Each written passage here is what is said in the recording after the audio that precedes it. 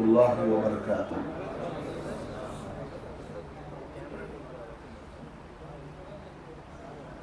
दरूद शरीफ पढ़ लीजिए।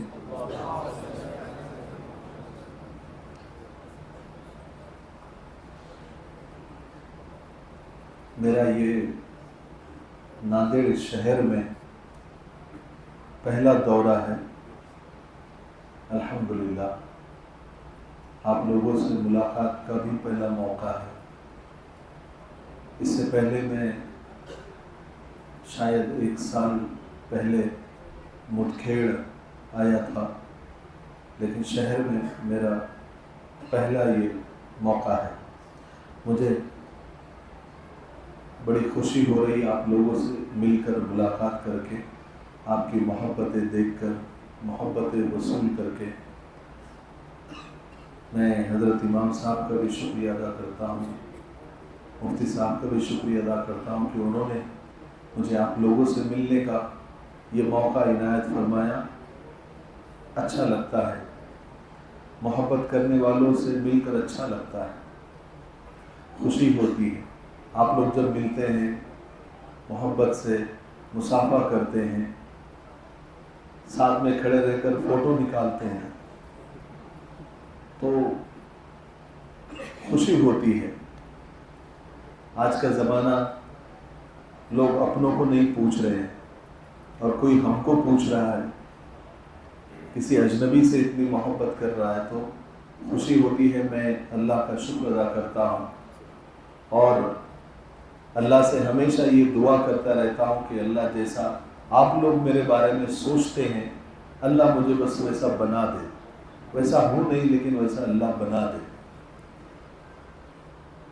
आप लोग माशाल्लाह बहुत अच्छे सामाईन हैं और बड़ा अच्छा आप सुनते हैं। नात पढ़ने वालों ने बड़ी अच्छी नात पढ़ी। मैं अल्लाह की शान में ये 4 लाइन बोलकर अपनी बात को शुरू करता हूँ।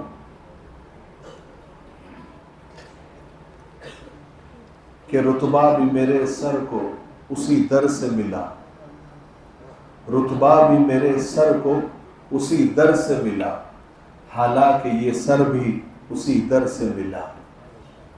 लोगों को जो मिला वो मुकद्दर से मिला, लोगों को जो मिला वो मुकद्दर से मिला, मुझे तो मुकद्दर भी उसी दर से मिला। आज का ये इज्तिमा और रमज़ान का मुबारक महीना और आज की ताक रात 23वीं शब और उसको तलाश करने के लिए हम लोग यहाँ पर जमा हुए हैं। अल्लाह ताला वो शब या उस शब के कुछ लम्हात हम सबको नसीब फरमा दे और अल्लाह तबारक व तआला इस शब की बरकत से हम सब के गुनाहों को अल्लाह माफ़ कर दे और इसी शब को वसीला बनाकर अल्लाह ताला हमारे मरहूमीन के हक़ में जन्नत का फ़ैसला फरमा दे। ये हम दुआ करते हैं, अल्लाह ताला उसको कबूल फरमाए। सब ठीक है? नहीं आ रहा?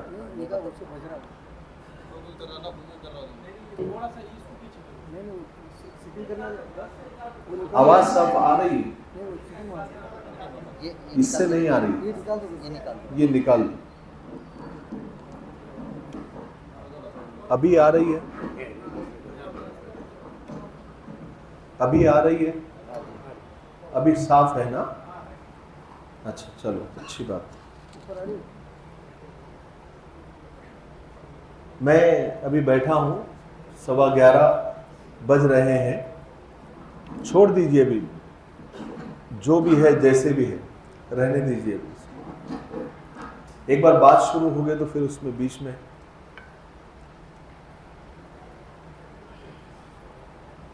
आप कितने लोग ऐसे हैं जो पहले से मुझे जानते हैं?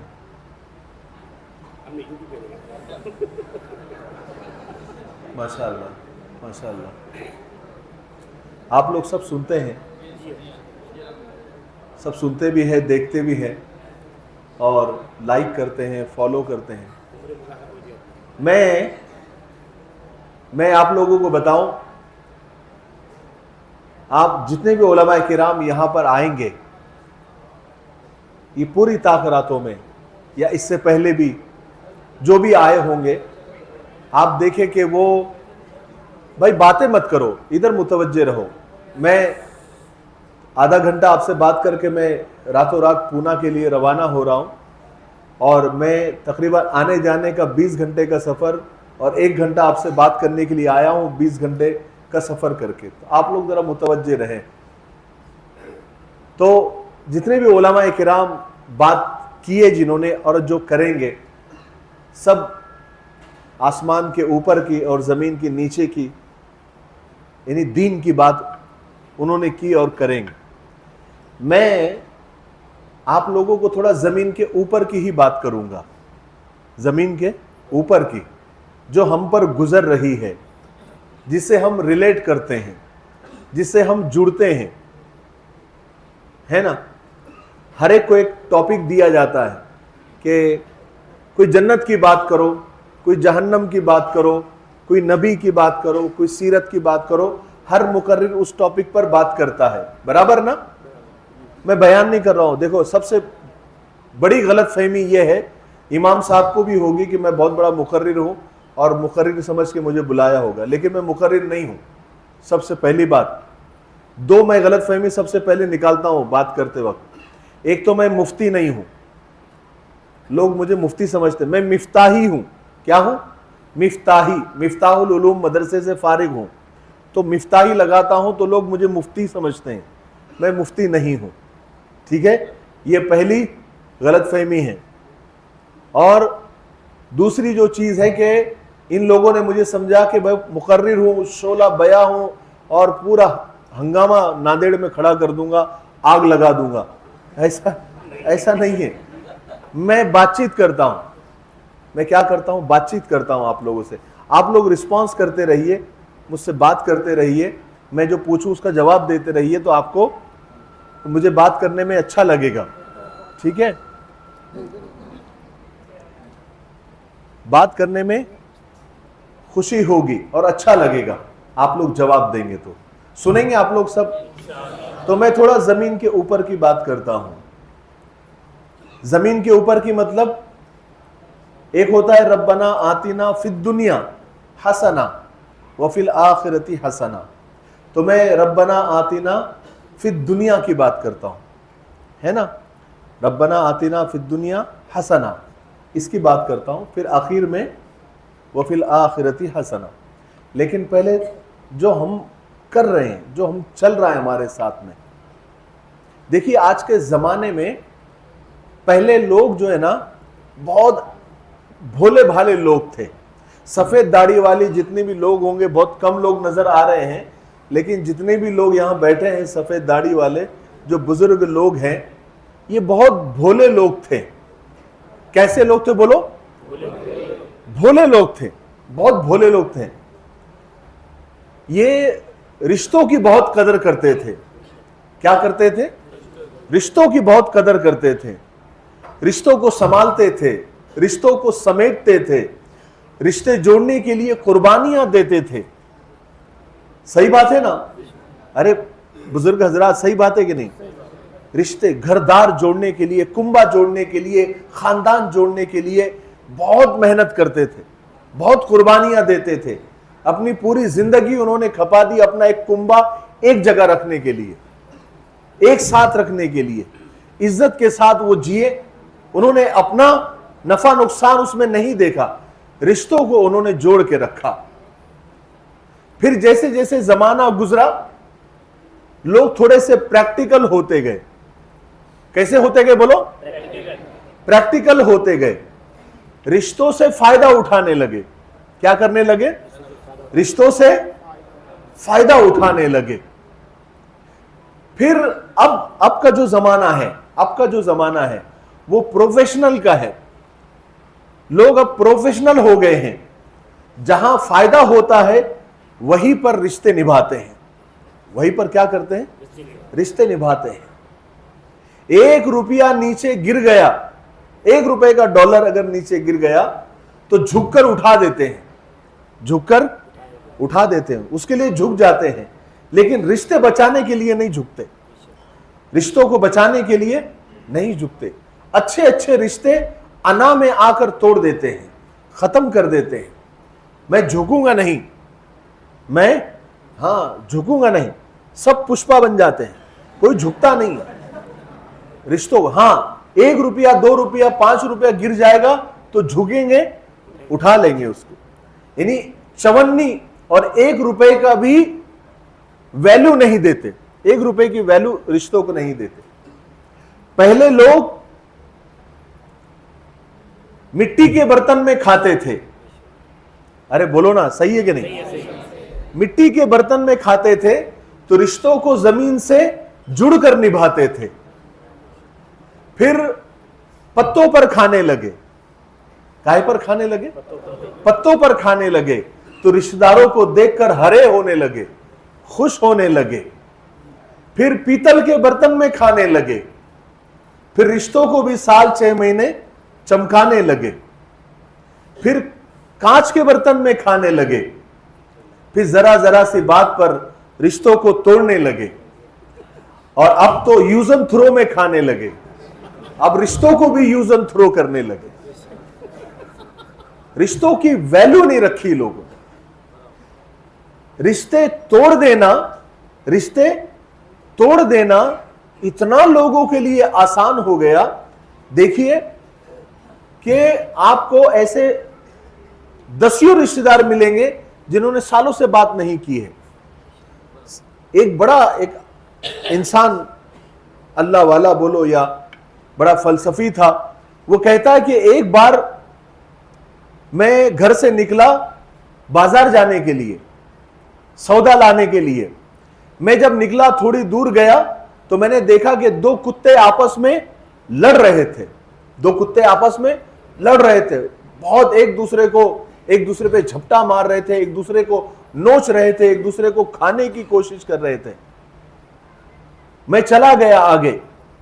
जब मैं सौदा लेकर वापस लौटा तो वही दोनों कुत्ते एक दूसरे को प्यार कर रहे थे, एक दूसरे के गले मिल रहे थे, एक दूसरे को प्यार कर रहे थे, एक साथ में बैठ रहे थे, जो थोड़ी देर पहले खूंखार जंग लड़ रहे थे, एक दूसरे को मारने पर तुले हुए थे।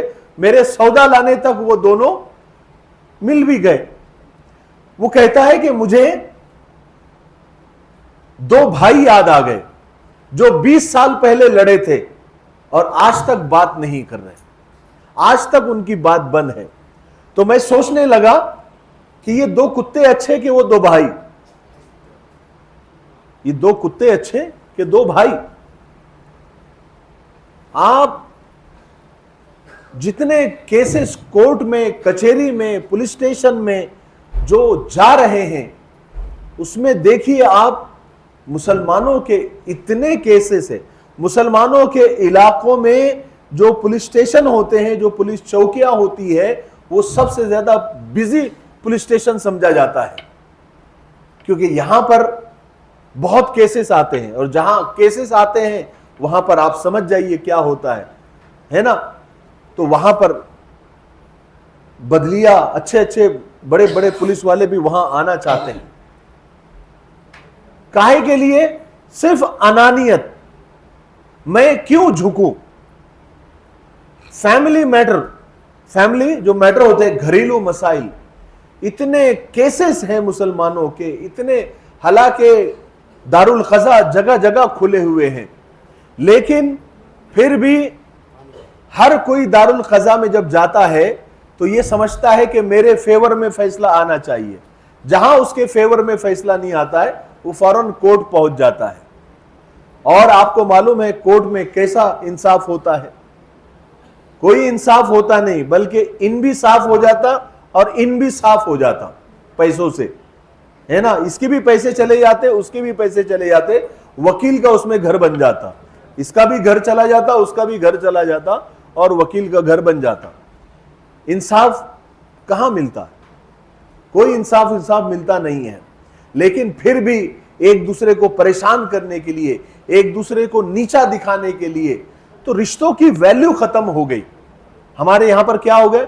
रिश्तों की वैल्यू खत्म हो गई।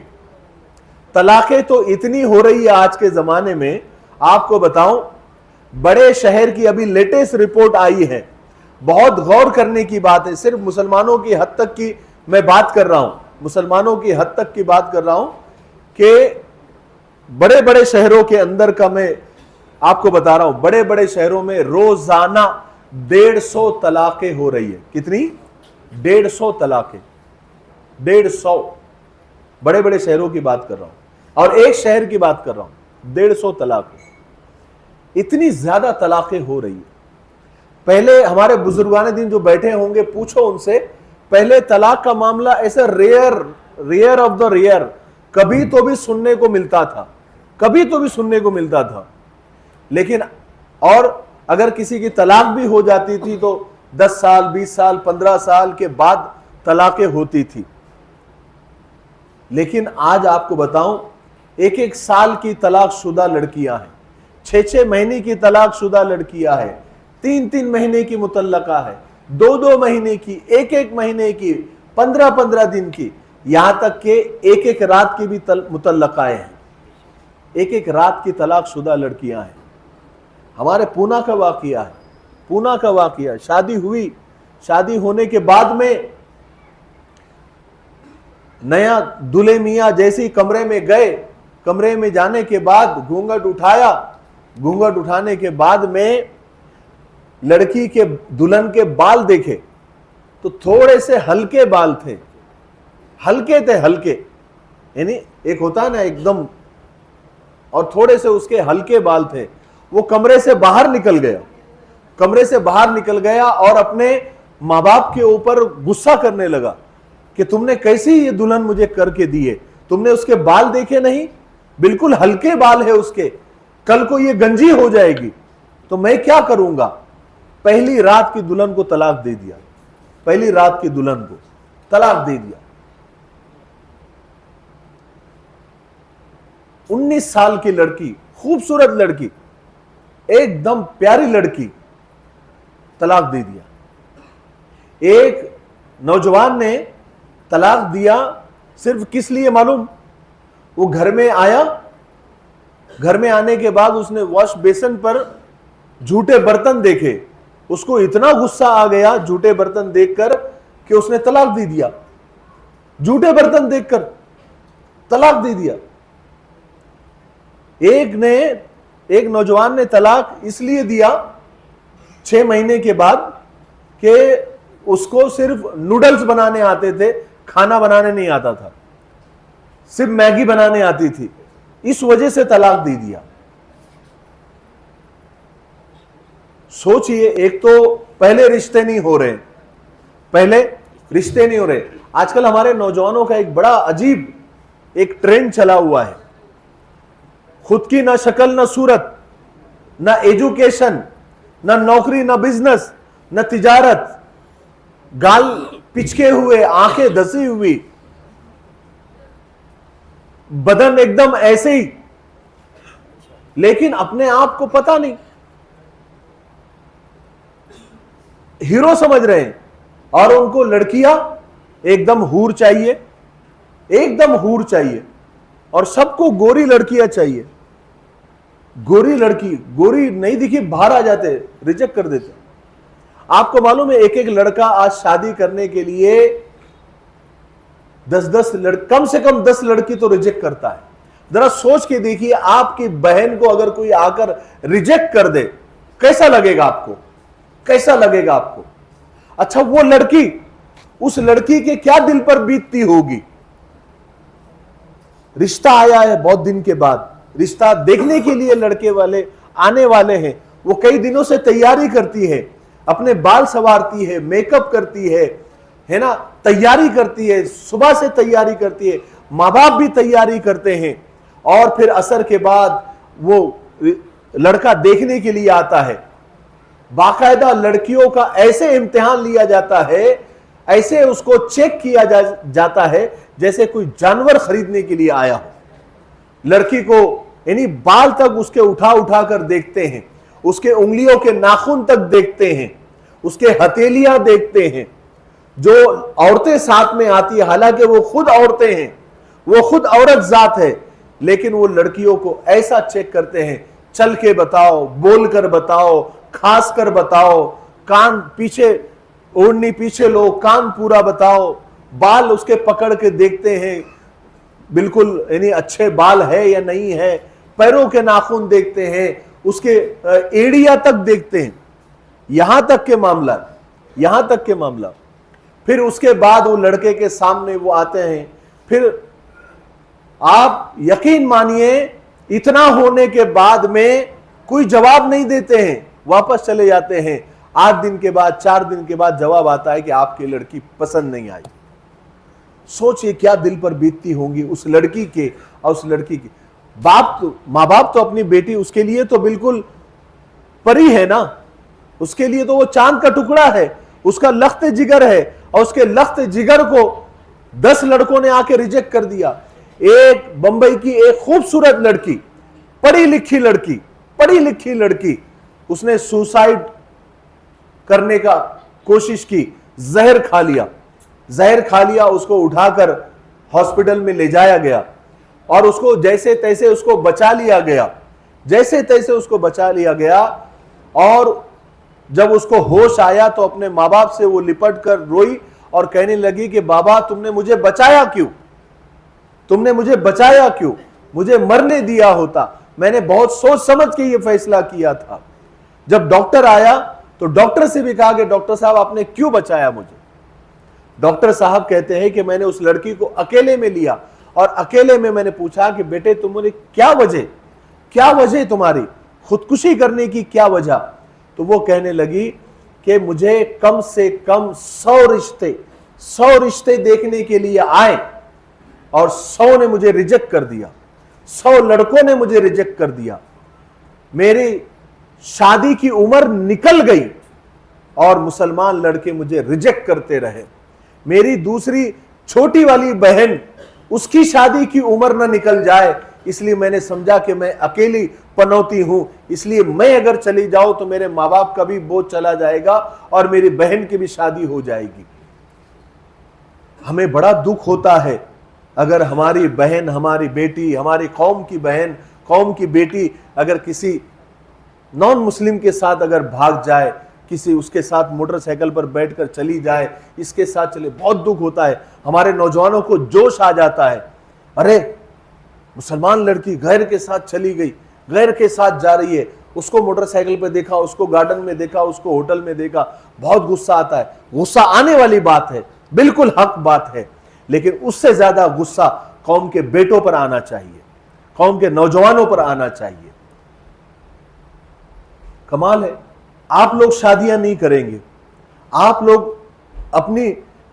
लोग जा जाकर उनके घरों में जा जाकर उन लड़कियों को, उन बेटियों को रिजेक्ट करोगे, उनकी शादी की उम्र निकलती चली जाएगी।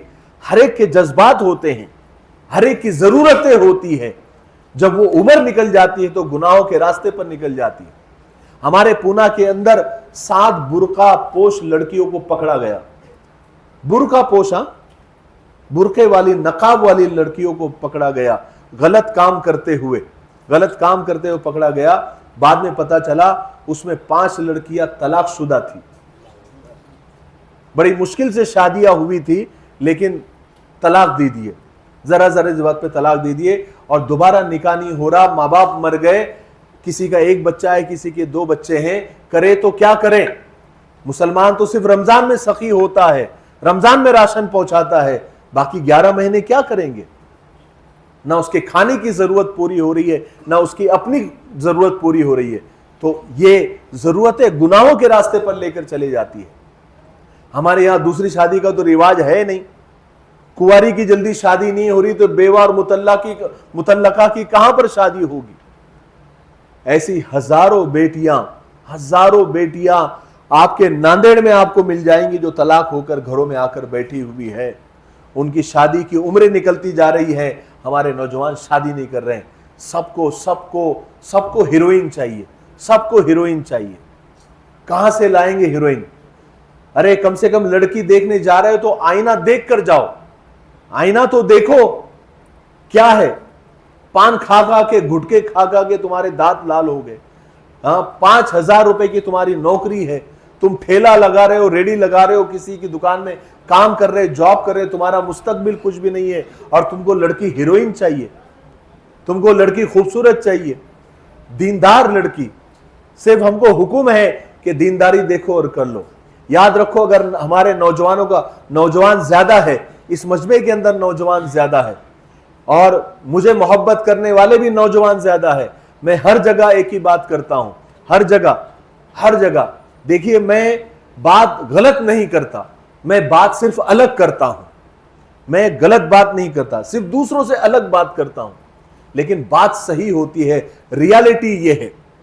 और अगर हमारे नौजवानों का रवैया नहीं बदला तो ऐसे ही हमारी बेटियां जाती रहेगी। आपको पता है, एक इंसिडेंट हमारे यहां पर गैर मुस्लिमों के साथ जाने वाले पर एक तंजीम के नौजवान नजर रखते हैं, उनके फोटोज निकालते हैं, उनके माँ बाप से मिलते ही जाकर।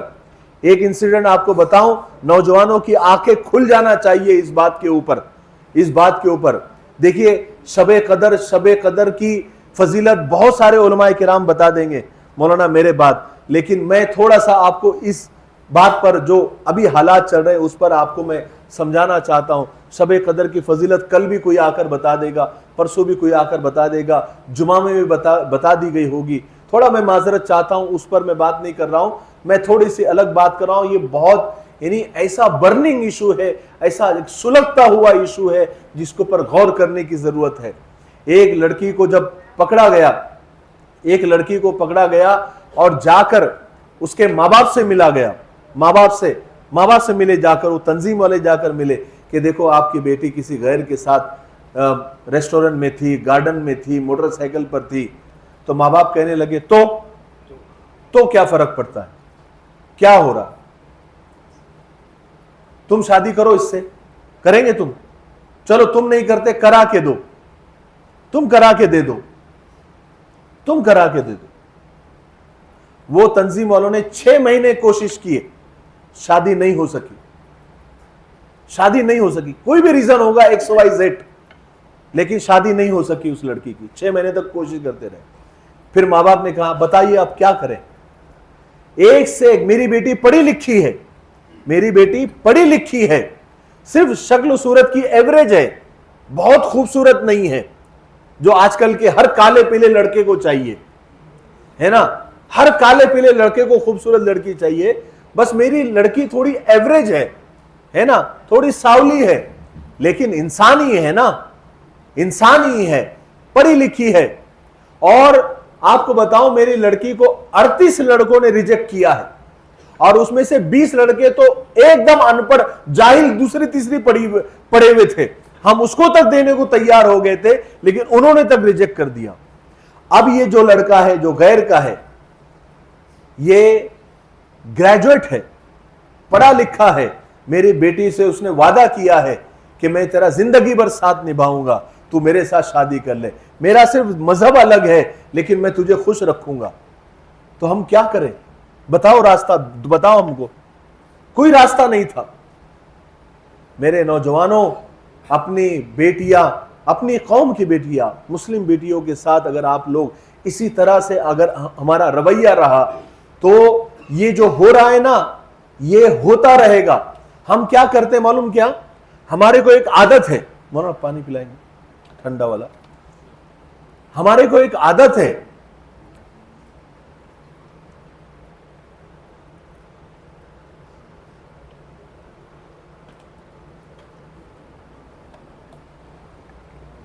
हमको एक आदत है, आप लोग सहमत होंगे, हमको आदत है विक्टिम बनने की। क्या बनने की आदत है?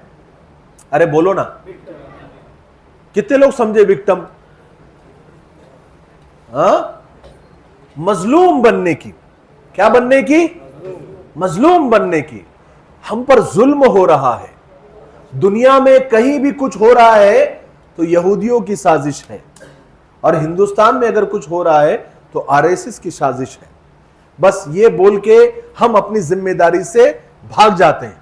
अरे ये साजिश हो रही है, ये क्या हो रही है? अरे बोलो, साजिश हो रही है। बहुत खतरनाक साजिश चल रही है। ये सब साजिश के तहत हो रहा है, ये सब एक प्लानिंग के तहत हो रहा है। मुसलमानों को नुकसान पहुंचाने के लिए, मुसलमानों की बेटियों को उठाने के लिए, मुसलमानों की बेटियों को ईमान से खाली करने के लिए ये सब किया जा रहा है। ये प्लानिंग है, साजिश है, बेशक साजिश है, बेशक साजिश है, इसमें कोई दो राय नहीं है, मुत्तफिक हूं मैं। लेकिन मैं आपसे पूछना चाहता हूं, मेरे हिसाब से जितना मेरा नॉलेज है, मेरी उम्र अभी 50 साल होने को आई है ना, जितना मेरा तजुर्बा है, जितनी साजिशें हमने अपने साथ की है, उतनी उन्होंने भी नहीं की है, उतनी उन्होंने भी नहीं की है। ट्रेन को बाहर से रोकना बहुत नामुमकिन सा काम है। तेज चल रही है ट्रेन, कोई बाहर का आदमी अगर रोकना चाहे तो रोक सकता है ट्रेन को सामने खड़े रहकर, लेकिन अंदर का एक आदमी ट्रेन को अगर रोकना चाहे तो रोक सकता है कि नहीं? जंजीर खींच लिया, ट्रेन रुक गई। अंदर का आदमी, जितना अंदर वालों से नुकसान पहुंचा है, अंदर वाले तो दूसरे नहीं, मैं, हर एक ही समझे कि मेरी वजह से सबसे ज्यादा नुकसान हुआ है, सबसे ज्यादा नुकसान हुआ है, हमारे अपनों की वजह से सबसे ज्यादा नुकसान हुआ है। अपने लोग, और अपने बोले तो कौन? अरे अपने बोले तो कौन? मैं, बोलिए मैं। जो भी हो रहा है मेरी वजह से हो रहा है, जो भी हो रहा है, मैं गुनहगार हूं, मैं पापी हूं, मेरी वजह से हो रहा है।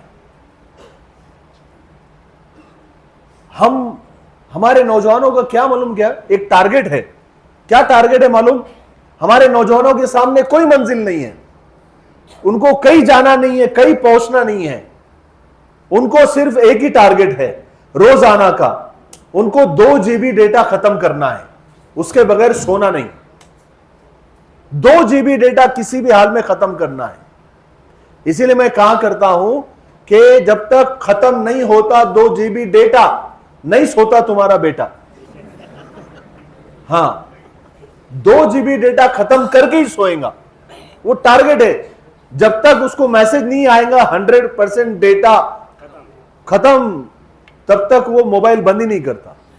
आप देखो ना, आपके यहां भी होता होगा, नौजवान पहले आपको खेलते कूदते मिलते होंगे, है ना, गली कूचों में कहीं ना कहीं खेलते कूदते मैदानों में मिलते।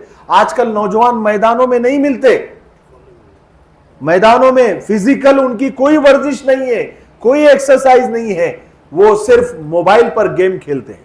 वो क्या करते हैं?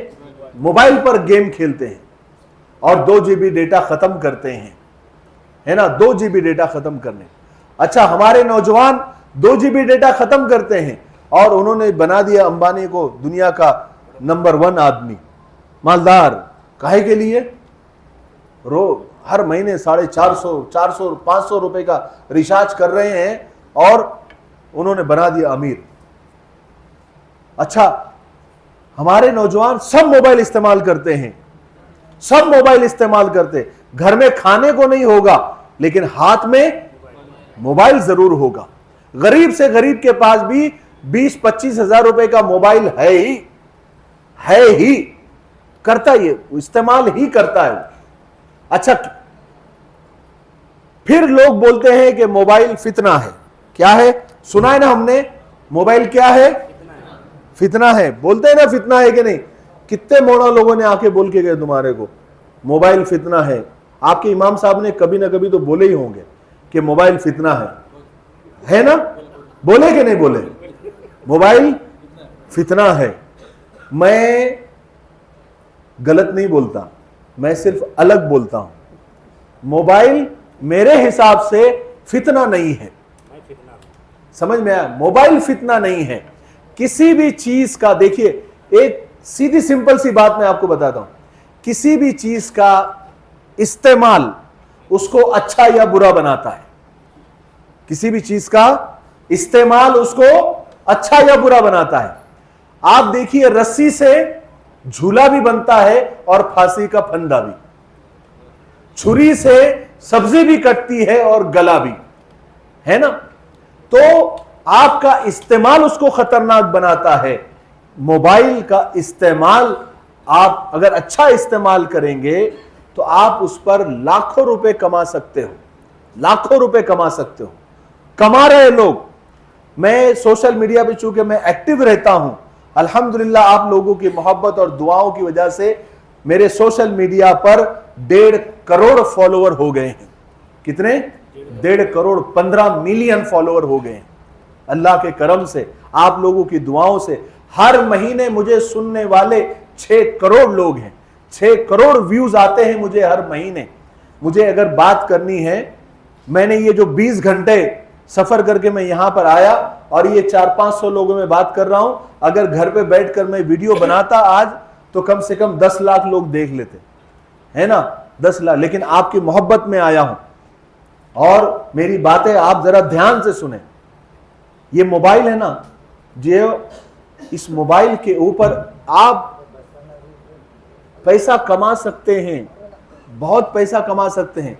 थोड़ा आप लोग खलल मत करो, बहुत बीच में हलचल करते हैं आप लोग। थोड़ा सा आप आगे वाले हलचल करते हैं तो पीछे वाले सब आपको देखना शुरू कर देते हैं। थोड़ा और 10 मिनट आप इत्मीनान से सुने। मोबाइल के जरिए आप लाखों रुपए कमा सकते हैं। मैं आपको बताऊं कि पैसा कमाना पहले बहुत मुश्किल काम था। ये मेहनत करके हमारे बुजुर्ग लोग बैठ गए, खड्डे खोदना पड़ते थे, है ना, पहाड़ खोदना पड़ते थे, खदानें खोदनी पड़ती थी। लेकिन आज पैसा कमाना सिर्फ दिमाग का खेल है, दिमाग का खेल है। नॉलेज, थोड़ा सा नॉलेज, वो भी फ्री वाला नॉलेज, फ्री वाला नॉलेज लो आप, और आप मोबाइल से लाखों रुपए कमा सकते। ये जो मोबाइल देखकर ना जो स्टेटस, हमारे नौजवानों को क्या काम है मालूम आपको? हमारे नौजवानों का, ये सब नौजवान खड़े हुए बता रहा हूं, हमारे नौजवानों का क्या, दिन भर मोबाइल वीडियोस देखते रहते हैं, स्टेटस लगाते हैं। क्या लगाते हैं? अरे हमारे नौजवानों की स्टेटस खतरनाक स्टेटस रहता है। हमारे पूना की लैंग्वेज में बोलते हैं फाड़ू स्टेटस। क्या है? फाड़ू स्टेटस रहते हैं। मार डालेंगे, काट डालेंगे, फाड़ डालेंगे, चीर डालेंगे, हम शेर है, हम बब्बर है, और ये और वो है ना, खतरनाक स्टेटस। एक ऐसा दुबला पतला नौजवान, एकदम ऐसा दुबला पतला तिड़का, टी शर्ट अगर पहने तो ऐसा लगेगा कि खूटे पे टी शर्ट लटकाया हुआ है। लेकिन उसका स्टेटस क्या था मालूम? क्या उसका स्टेटस था कि हम वहां खड़े होते हैं जहां मैटर बड़े होते हैं। ऐसे ही खतरनाक स्टेटस। हमारे नौजवानों के अभी भी स्टेटस देखो तुम, खतरनाक स्टेटस। एक नौजवान उम्रा करके आया, उम्रा करके आने के बाद स्टेटस क्या लगाया मालूम? एकदम खतरनाक मोटे आवाज में, एकदम, अभी अभी सुधरा हूं, उंगली मत करना। यानी वो सिर्फ उंगली भर का सुधरा है, कोई उंगली कर देगा वापिस बिगड़ जाएगा, है ना ऐसा। हाँ, आजकल उम्रे करने वाले भी बहुत हो गए हैं। वो पहले उम्रा करके आते थे लोग, जिंदगी बदल जाती थी। लेकिन आजकल उम्रा भी जो है, जाते हैं लोग, जैसे जाते हैं वैसे ही वापस आते हैं, है ना। उम्रा करना एक फैशन बनता जा रहा है ना। जा रहे हैं लोग, उम्रा कर रहे हैं, जैसे जाते हैं वैसे ही आते हैं। लोगों की उधारी नहीं देते, बहनों का हक नहीं देते, लोगों के, अपने वर्करों के पैसे पगार नहीं देते, और उम्रे को चले जाते हैं। एक बनिए के पैसे नहीं दिए हाजी साहब ने, 6 महीने से राशन के पैसे नहीं दिए, और हज को चले गए। वो बनिया बेचारा रोता रहा, अरे मेरे 6 महीने के पैसे दिए नहीं, बोले हज को चले गए। उसको कोसता रहा। हज करके आ गए हाजी साहब, हाजी साहब हज करके आ गए। बनिया सोचने लगा अब तो पक्का पैसे मिलेंगे। एक दिन हाजी साहब उसकी दुकान की तरफ आ रहे थे, बनिया खुश हो गया, अरे हाजी साहब अभी हज करके आए हैं, अब पक्का मेरे पैसे मिल जाएंगे। हाजी साहब आए, आकर बोले चल मेरी डायरी कहाँ है? बोले उधारी की। अरे है ना? बोले निकाला। कहाँ है मेरा नाम? बोले ये तुम्हारा नाम। क्या नाम है? बोले क्या नाम लिखेला है? बोले अब्दुल्ला। हाजी अब्दुल्ला लिख। बोले तेरे पैसे बाद में देता। बोले मैं अभी हाजी अब्दुल्ला लिख डाल, है ना, हाजी अब्दुल्ला लिख डाल, यानी खाली हाजी लिखाने के लिए। लोग अपने आगे जो है ना वो लगाने के लिए, हाजी लगाने के लिए जा जा के आते हैं, है ना। और वो चाहते हैं कि मुझे हाजी बोले लोग। उम्रा देखो, उम्रा करके आने वालों के एक अलग क्वालिटी में आपको बताता हूं, मेरे को तो बहुत पाला पड़ता है, समझे ना। उम्रा करके आने वाले की क्वालिटी आप देखो। उम्रा करके आएंगे ना, उनको लगता सबसे पहले तो मुझे पूछना लोगों ने, है ना, मेरे सफर के बारे में पूछना। अब अगर उनको नहीं पूछे तो वो खुद ही बहाने से निकालते। अब यहां बैठेंगे, बहुत गर्म हो रहा है, सऊदी में नहीं होता गर्म, फुल एसी रहती वहां, किधर भी। फिर पूछता सामने वाला, अरे कहा किधर, नहीं मैं उम्रा गया अभी, फुल एसी रहती वहां, किधर भी जाओ फुल एसी रहती। ऐसे कई भी रिक्शा में भी बैठेंगे तो उनको लगता है कि रिक्शा वाले ने पूछना मेरे से, क्या ऐसा बहुत दिन से दिखे नहीं तुम, उम्रा जाके आए तो फिर मैं बोलना। लेकिन वो रिक्शा वाला पूछता नहीं तो खुद ही, अरे क्या रिक्शा चला रहा, क्या ट्रैफिक अपने इधर। वहां मैं सऊदी गया था अभी, वहां बिल्कुल ट्रैफिक, तो ऐसा सिस्टम बहुत भारी। तो फिर वो पूछता, अरे क्या तो भाई साहब उम्रा गए थे क्या? हाँ उम्रा गए। ऐसे जैसे जा रहे वैसे जा रहे, है ना, तब्दीली कुछ नहीं आ रही। चंद नौजवान जो है, नौजवानों का एक ग्रुप उम्रा करने गया और उम्रा करके वापस आया।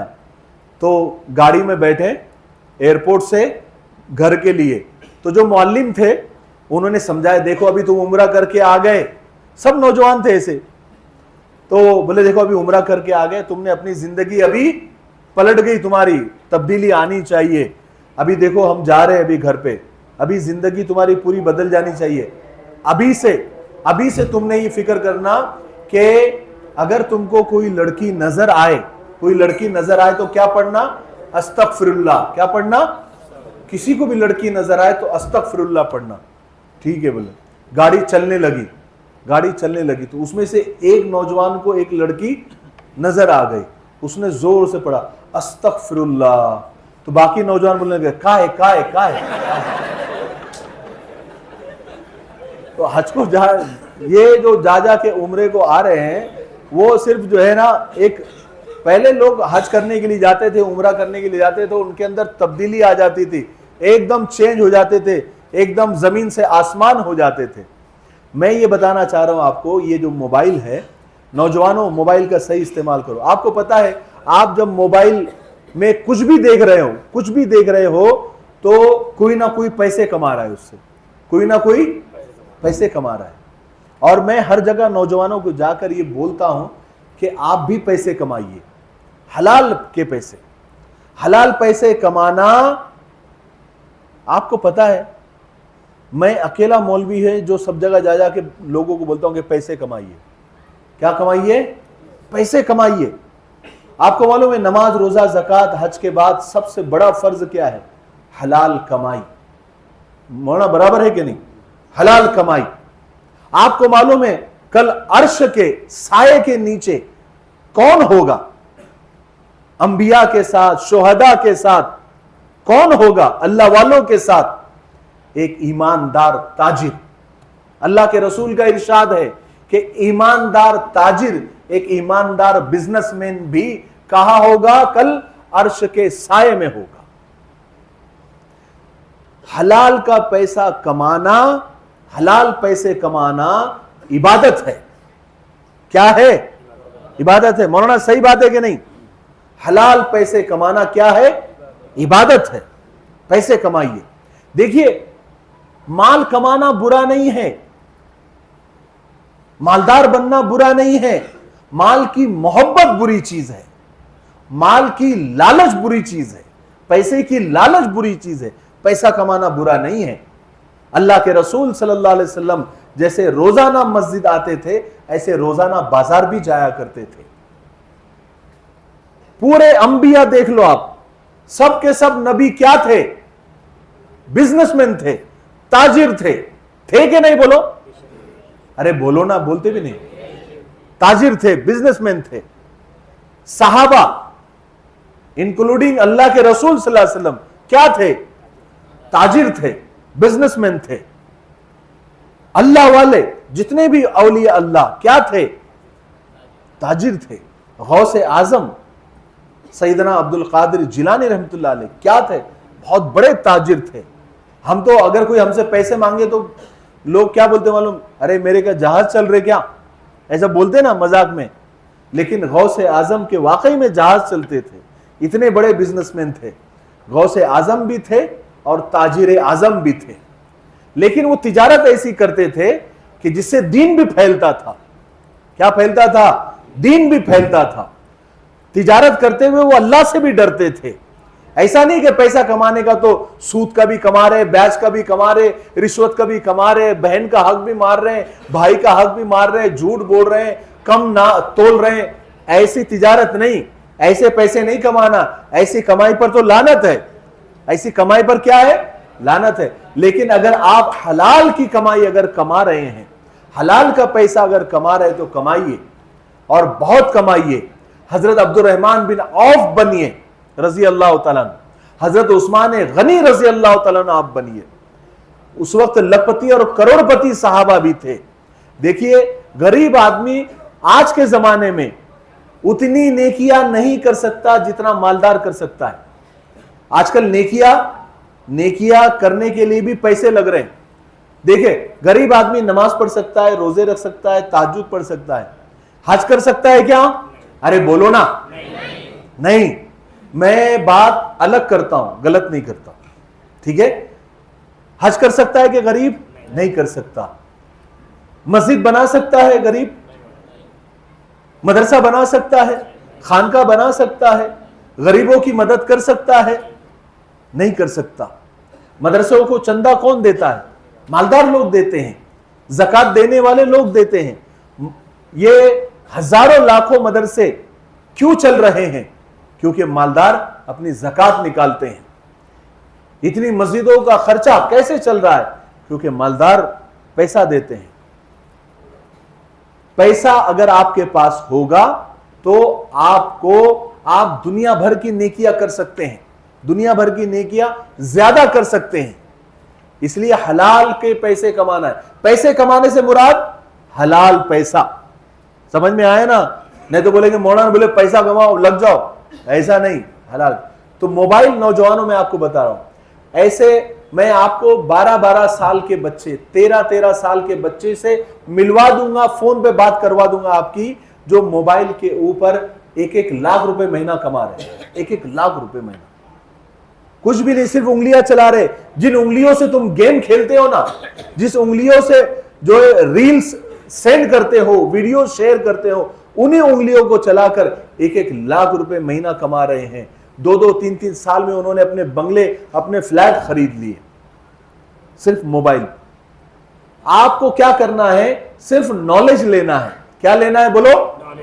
नॉलेज लेना है कि आपको पैसे कैसे कमाना है। पैसा आपके पास होगा ना तो आपका एक अलग ही, देखो ये बात बिल्कुल हकीकत है आज के जमाने में। हालांकि ये बहुत गलत बात है, लेकिन ये रियलिटी है, ये सच्चाई है। गरीब की कोई इज्जत करता है क्या? अरे गरीब की इज्जत करता है क्या? खाली मस्जिद में उसकी इज्जत होती है, यहां कोई उसको आगे पीछे नहीं करता। लेकिन कहीं बाहर चले जाओ आप, है ना, गरीब का मुंह देख के झुका देते, किधर कहां। कभी अच्छी होटल में जाएगा तो वो मालक भी ऊपर से नीचे तक देखता है, ये गलती से तो नहीं आ गया, गलती से तो नहीं आ गया, है ना। तो गरीब का जो है ना बहुत बुरा हाल है। और इस्लाम ने गरीब रहना नहीं सिखाया, गरीब रहना नहीं सिखाया।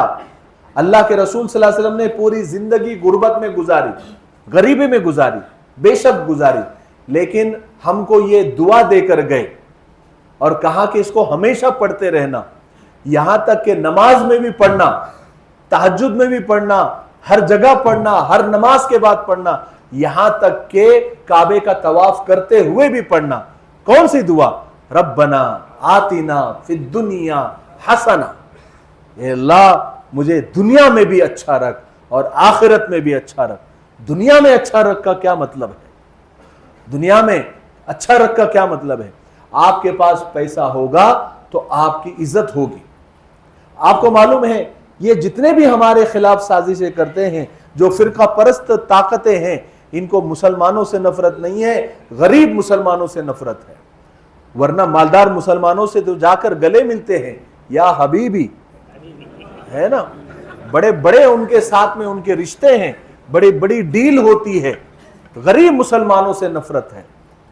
आप पैसे वाले देखो, सबके साथ बराबर मामला चल रहे हैं। मालदार मुसलमानों को हालात से कोई फर्क नहीं पड़ रहा। देखो आपके इलाके में भी जो बड़े बड़े लोग होंगे ना, जिनके पास पैसा है, हालात का रोना गरीब ही रोता है। अक्सर आप देखिए, हालात का रोना गरीब ही रोता है। मालदारों को कोई फर्क नहीं पड़ता, उनको मालूम है पैसा अपने पास में, पैसा फेंक तमाशा देख, कोई भी आएगा कुछ भी आएगा, पैसा फेंकेंगे खत्म। हम भी पैसा कमा सकते हैं, लेकिन हम चाहते ही नहीं पैसा कमाना। हमको मजलूम बनना है, हमको गरीब बनना है और गरीब ही रहना है। नहीं, मैं नौजवानों से कहना चाहता हूं, देखिए गरीब आप पैदा हुए ये आपकी गलती नहीं है, लेकिन अगर आप गरीब मरेंगे तो ये आपकी गलती होगी। आज हमारी हालत इतनी बुरी हो गई है कि घर में अगर हमारे अम्मी हमारे अब्बा अगर बीमार हो जाते हैं तो हमारा घर बिकने को आ जाता है। आता है कि नहीं आता है? अरे बोलो ना, तुम्हारे इधर नहीं आता, हमारे इधर आता बाबा। अगर 8 दिन से ज्यादा 10 दिन से ज्यादा अगर हमारे माँ या हमारे बाप अगर एडमिट होते हैं किसी अच्छे दवाखाने में तो फौरन कर्जे में आ जाता है मुसलमान। है ही नहीं बैंक बैलेंस। अरे कौन बोलेगा इनको पैसा कमाओ करके? अरे मेरे भाइयों, पैसा कमाओ और भरपूर पैसा कमाओ, मालदार बनो, और सिर्फ जो है ना हजारपति मत बनो। आजकल हजारपति और लखपति का कोई वैल्यू नहीं है। ऐसे बहुत लखपति घूम रहे अभी जमाना है करोड़पति बनने का। क्या बनने का? करोड़पति बनने का। और इंसान के इरादे में अगर मजबूती है और उसकी दुआ में मांगो, रब्बना आतिना फिद दुनिया हसना, क्या मांगो? अल्लाह दुनिया में भलाई अता फरमा, और अल्लाह से ये दुआ मांगो कि अल्लाह मुझे माल अता कर, और अच्छा माल अता कर, जिससे मैं गरीबों की मदद कर सकूं, मैं मदरसे बना सकूं, मैं मस्जिदें बना सकूं, मैं हज पर जा सकूं, मैं उम्रे पर जा सकूं, मैं लोगों की मदद कर सकूं। ए अल्लाह मुझे मालदार बना। क्यों ये दुआ मांगते हैं? मांगो दुआ। हम मालदार मांगने की दुआ मांगते ही नहीं। मालदार बनने की हमारे अंदर चाहत ही नहीं है। हम चाहते हैं कि सिर्फ ऐसे ही हलाल की कमाई कमाने वाला ताजिर।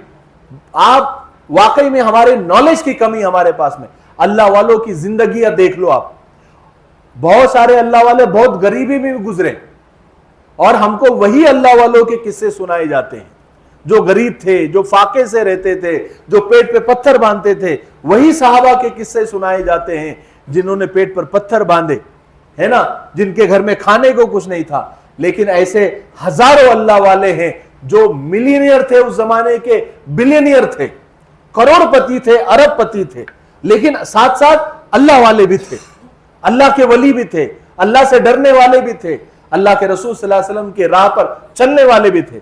क्यों हम नहीं कर सकते? हम नहीं कर सकते? हम भी कर सकते हैं। और आज पैसे कमाना बहुत आसान हो गया है। इसलिए मोबाइल फितना नहीं है। अगर आपका इस्तेमाल गलत होगा तो आपकी मोटरसाइकिल भी फितना है। अरे है कि नहीं फितना? रोज जाके 1-2 लोगों ठोक डालो, तुम जख्मी करो, दवाखाने में भेज डालो, तो मोबाइल फितना हुआ कि नहीं हुआ?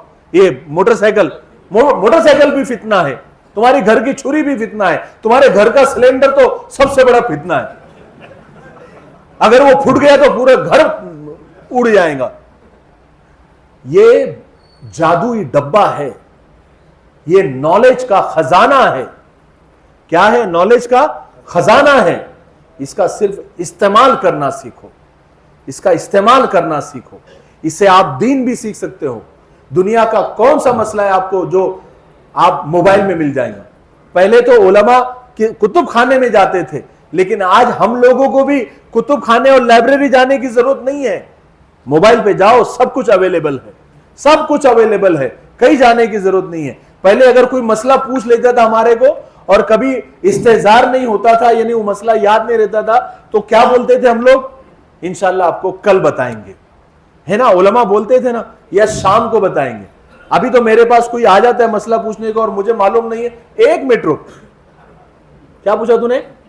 ये जायज है कि नहीं जायज? 1 मिनट, जायज, ना जायज, यूं दे दिए। बहुत आसान है, इल्म जो है आसान हो गया। वो हदीस में है ना कि अगर इल्म सीखना है तो चीन जाओ। कहा जाओ?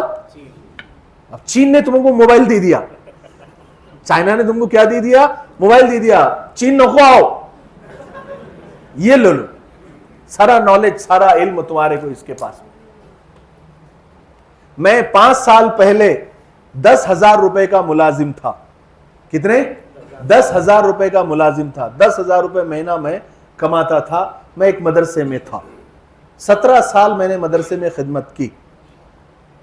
8,000 रुपए से 1,800 रुपए से मेरी तनख्वाह शुरू हुई और 17 साल में मेरी तरक्की होते होते होते होते 10,000 हो गई।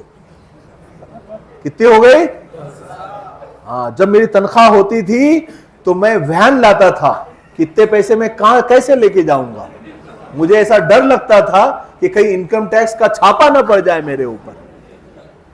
और वो 10,000 रुपए लेकर मैं जाता था। मैं और देने वाला भी जो है ना 10,000 रुपए ऐसा देता था कि जैसे मैं उससे हज कर लूंगा।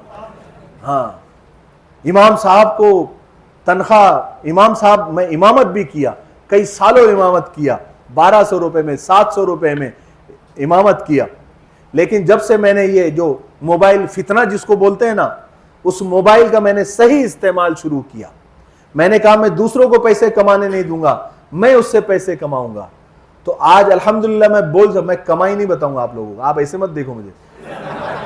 मैं तो अभी बोलेंगे, अभी मौलाना बताएंगे कितना कमा देगा। औरतों से उनकी उम्र, मर्दों से कमाई नहीं पूछते। मैं सिर्फ इतना बताना चाहता हूं आपको कि मैं अल्हम्दुलिल्लाह इनकम टैक्स देने वाला बन गया। मैं इनकम टैक्स भी देता हूं, जीएसटी भी भरता हूं। एक मौलवी हूं, लेकिन मैं इतना अल्लाह ने मुझे दिया है कि मैं अभी इनकम टैक्स भरने वाला भी बन गया, ज़कात देने वाला भी बन गया, है ना। तो ये मोबाइल का सही इस्तेमाल, मेरे नौजवानों, मोबाइल का सही इस्तेमाल करो। आप जो एवरेज, आपको मालूम है एक रिपोर्ट के मुताबिक उन्होंने हर रिलीजन के नौजवानों का, यानी हर रिलीजन के लोगों का मोबाइल पर कितना वक्त गुजरता है। तो आपको मालूम है ज्यादा से ज्यादा दूसरी कौमों का, किसी का 3 घंटे आया, किसी का 3.5 घंटे आया, लेकिन मुसलमानों का मोबाइल पे वक्त गुजरने वाला 6.5 घंटे हर मुसलमान, यानी एवरेज जो उन्होंने निकाला नौजवानों का, वो 6.5 घंटे रोजाना, सब मिला के 6.5 घंटे सिर्फ व्हाट्सएप ही। कम से कम एक नौजवान व्हाट्सएप ही एक दिन में कम से कम 450 बार ओपन करता है। सिर्फ ओपन 450 बार एवरेज, इससे ज्यादा भी कर सकता है। फेसबुक एवरेज कम से कम 250 बार ओपन करता है। इंस्टाग्राम अलग, यूट्यूब अलग, यानी इतना इस्तेमाल 6.5 घंटे।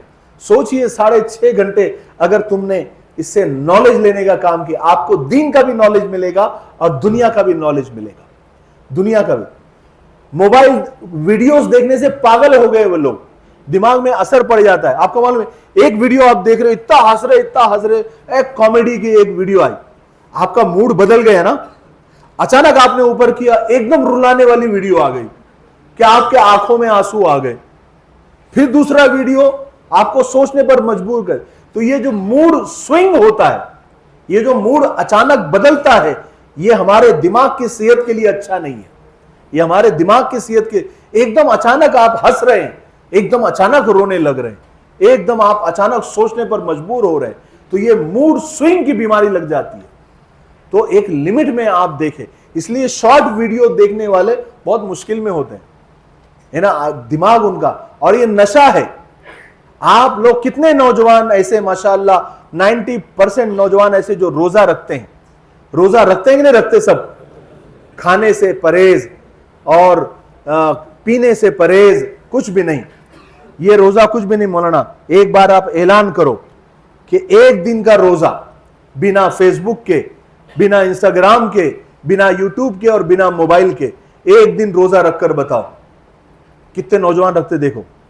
अरे मोबाइल कभी घर पे छूट गया ना तो ऐसा लगता मेरा हार्ट घर पे छूट गया, दिल मेरा, है ना, दिल छूट गया एकदम, उसको धड़कन नहीं आती, वो दौड़ के वापस जाता है बिना मोबाइल के। आप देखो, आपको लगा मैं नॉर्मल हूं, लेकिन मोबाइल अगर कहीं छूट जाए आपका, या मोबाइल कहीं गुम जाए, या मोबाइल कहीं गिर जाए, तब आपकी जो हालत होती है, तब आपको पता चलता है कि आप उसके एडिक्ट हो चुके हैं, आप नशेड़ी हो चुके हैं, आपको उसका नशा हो चुका है, आप मोबाइल के बगैर नहीं रह सकते।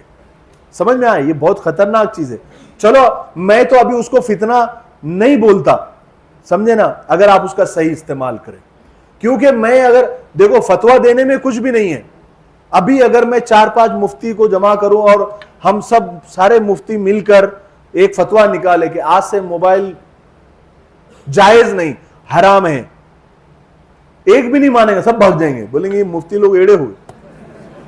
तो फतवा देके फायदा क्या, जब सुनने का नहीं है, कोई सुनता नहीं है, कोई सुनने वाला नहीं है। मोबाइल तो आजकल तो 1.5 साल का बच्चा मोबाइल इस्तेमाल कर रहा है ना, 1.5 साल का बच्चा मोबाइल इस्तेमाल कर रहा है। ऐसे ऐसे रील, हमारी नवासी खुद 1.5 साल की जब ऐसे मोबाइल उसको आ गया था। तो आज के बच्चे बहुत एडवांस हैं। अच्छा, आजकल क्या है, अच्छा वो बच्चों की गलती नहीं है, वो जब पेट में रहते तो माँ भी तो उसका वो काम है ना। पहले माँ कुरान पढ़ती थी तो बच्चे कुरान से उनका ताल्लुक होता था। आज माँ रील देख रही है तो बच्चे भी बाहर निकल कर वही कर रहे। आज बगैर वीडियो देखे के तो बच्चे खाना नहीं खा रहे। मैं पूछूंगा नहीं किसके किसके घर में हो रहा है, सबके घर में हो रहा है काम।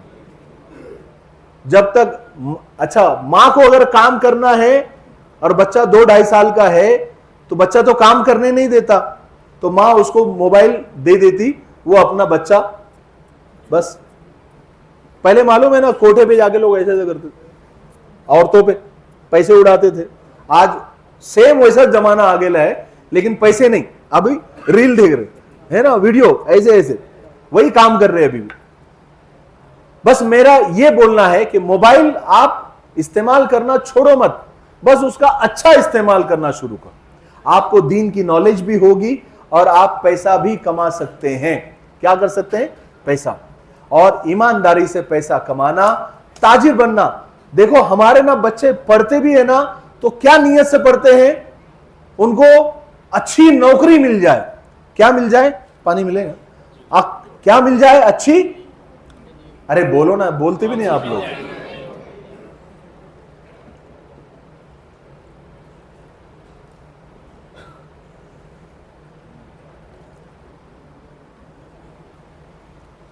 इतना पढ़ रहे हैं, इतना पढ़ रहे हैं, काय के लिए?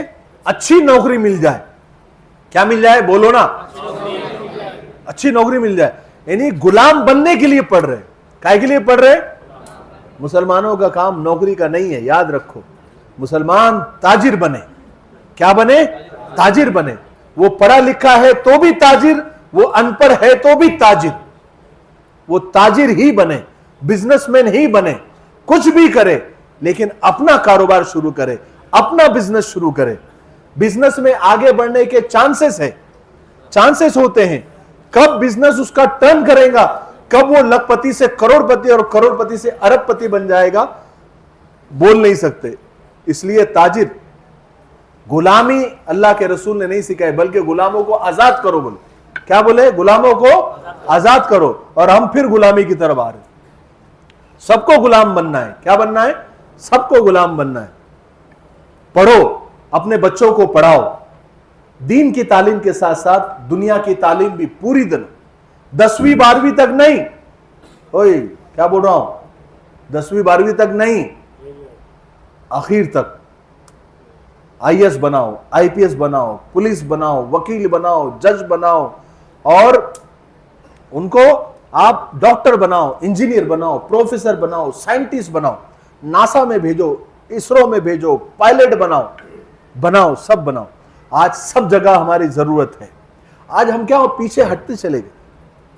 इतने बार प्लेन से सफर हुआ, कभी ऐसा एकाध बार किसी पायलट का नाम मुसलमान सुनने को मिलता है, एकाध बार।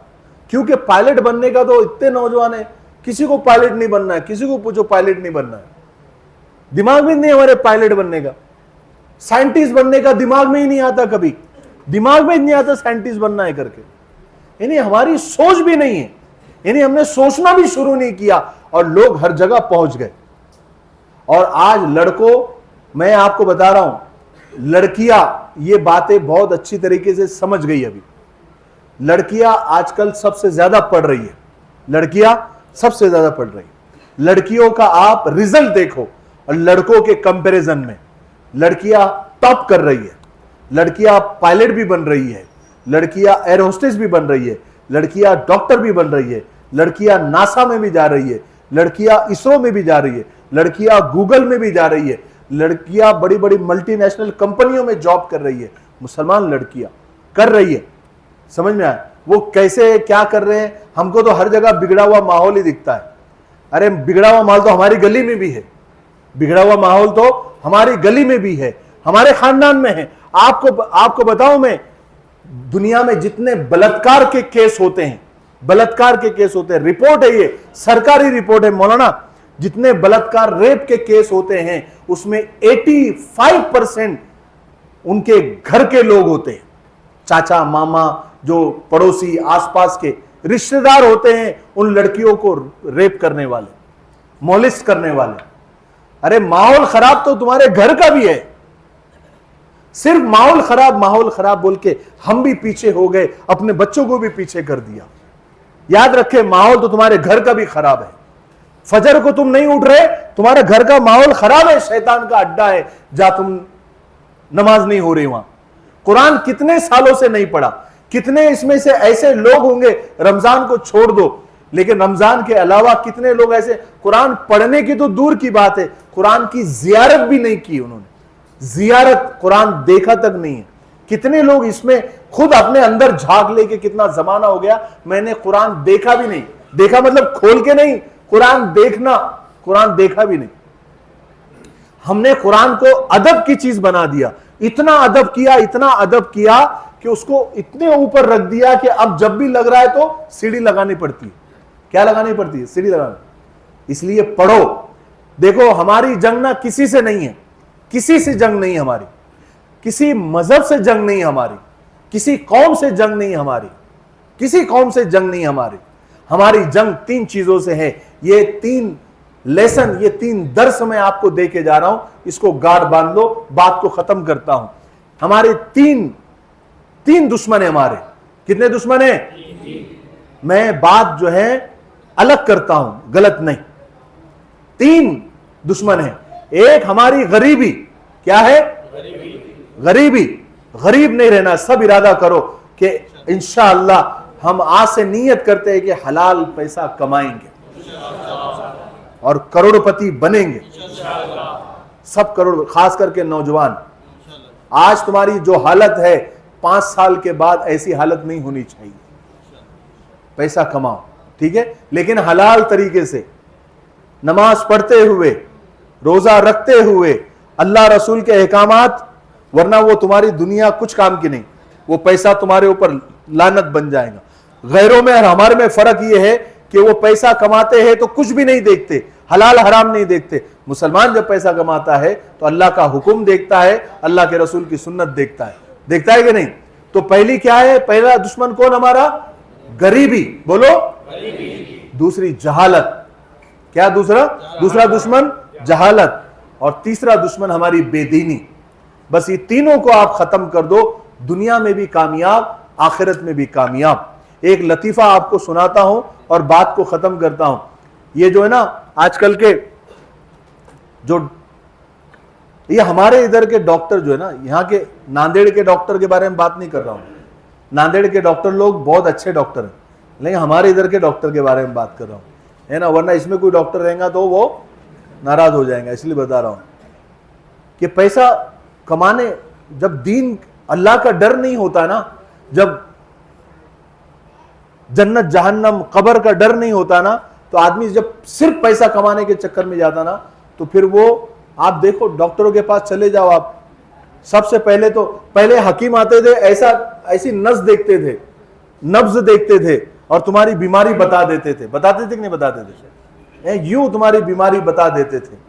लेकिन आज तुम डॉक्टर के पास चले जाओ तो तुमको पहले 10-15 टेस्ट वो दे देते, ये टेस्ट करके आओ, खून टेस्ट करके आओ, ब्लड टेस्ट करके आओ, छाती टेस्ट करके आओ, एक्सरे निकालो, एमआरआई निकालो, सोनोग्राफी निकालो, और फिर हम जहां बोल रहे वही जाओ और वहीं से निकालो।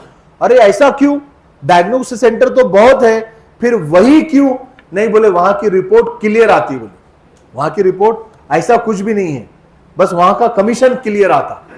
वहां का क्या ना, कमीशन क्लियर आता है ना। ये हमारे इधर के डॉक्टर की बात कर रहा हूं, यहाँ के नहीं। यहाँ के डॉक्टर कमीशन नहीं लेते होंगे, ऐसी मैं उम्मीद करता हूं, है ना। तो वो 10 रिपोर्ट आपको देते हैं, वो 10 तरह के रिपोर्ट लाने लगाते हैं, उसके बाद बता दे तुमको ये बीमारी है ना। और फिर आप देखो, एक डॉक्टर ऑपरेशन करता है, फिर दूसरे डॉक्टर के पास अगर आप जाए 6 महीने साल के बाद, डॉक्टर साहब क्या हुआ? अरे वो जरा ऑपरेशन हो गया था मेरा। काय का ऑपरेशन करे तुमने? बताओ तुम्हारी रिपोर्ट। अरे तुम मेरे पास आ गए होते तो तुमको बगैर ऑपरेशन के मैंने अच्छा कर दिया होता। अरे अल्लाह, मैंने ऑपरेशन तो कर दिया। यानी एक डॉक्टर की नजर में तुम्हारा ऑपरेशन की जरूरत नहीं थी और एक डॉक्टर ने तुमको ऑपरेशन जरूरी बता दिया। इसलिए याद रखो, जब भी कोई डॉक्टर अगर आपको ऑपरेशन का बोले, यानी बड़ा खर्चा अगर तुमको बोले, चाहे वो टेस्ट हो या ऑपरेशन हो, जब तक 2 से 3 डॉक्टर से राय ना ले लो, ऑपरेशन नहीं करना। याद रखो ये बात, गार्ड बांध लो। समझ में आ रही ना बात? हाँ, जब तक ऑपरेशन 1 लाख, 2 लाख, 5 लाख का जो ऑपरेशन, या 1 लाख, 1.5 लाख का भी ऑपरेशन अगर कुछ हो, या 50,000 का भी ऑपरेशन हो, ऑपरेशन की जब बात आएंगी तो जब तक 2-3 डॉक्टरों से राय ना मिला लो, वो ऑपरेशन आपको नहीं करना है। वही सेम रिपोर्ट सब जगह लेके जानी। पहले हकीम लोग ना हिम्मत दिलाते थे। क्या दिलाते थे? कितनी बड़ी बीमारी हो गई, टेंशन मत लो, मैं ये दवा दे रहा हूं, इंशाल्लाह अच्छा हो जाएगा। बहुत लोगों का ऐसा होता है, हो जाएगा। वहां से हिम्मत आती थी।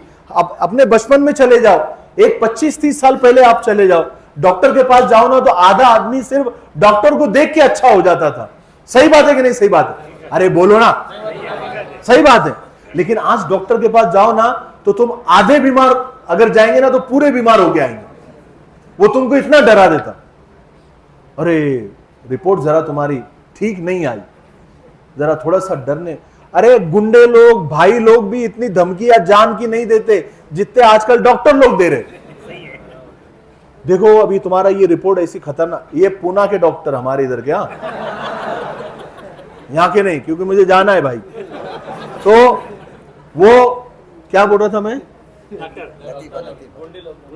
हाँ, गुंडे लोग इतनी जान की धमकी देते नहीं जितने डॉक्टर लोग। कोई भी रिपोर्ट, अरे तुम्हारा ये जो ना बहुत जरा ये प्रॉब्लम है, तुम्हारा थोड़ा मामला क्रिटिकल है, तो अभी इसका अभी इलाज करना पड़ेगा डॉक्टर साहब, अभी ऑपरेशन करना। हाँ जरा ऑपरेशन करना पड़ेगा, वरना फिर क्या, ये किडनी पे असर होता है इसका, फिर किडनी से क्या होता है, हार्ट पे असर होता, फिर हार्ट से क्या होता है, दिमाग पे असर होता, फिर क्या इससे ना बहुत सारे जान भी चली जाती इसके अंदर। और जान चली जाती बोले तो यानी जान की धमकी हुई ना सीधी सीधे, मेरी बात सुनो नहीं तो मर जाएंगे।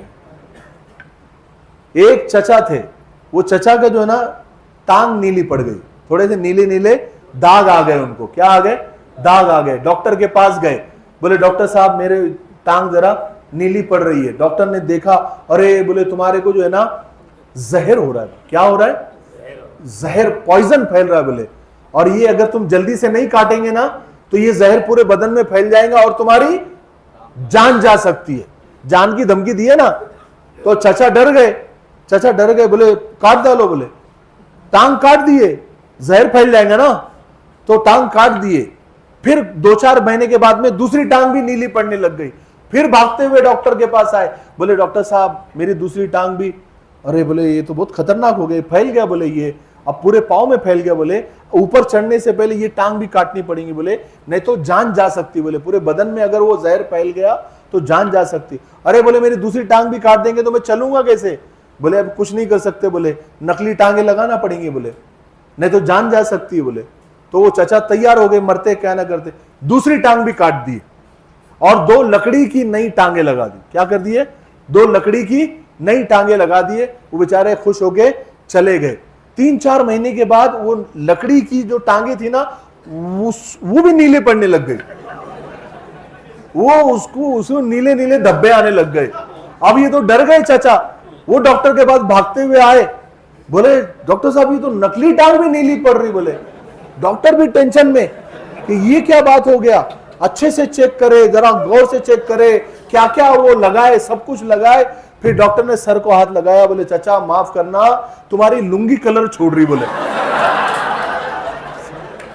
अरे पर मेरे दोनों टांगे चली गई ना, बोले तुम्हारे चक्कर में, है ना, ये क्या बात हो गई, लुंगी कलर छोड़े थे।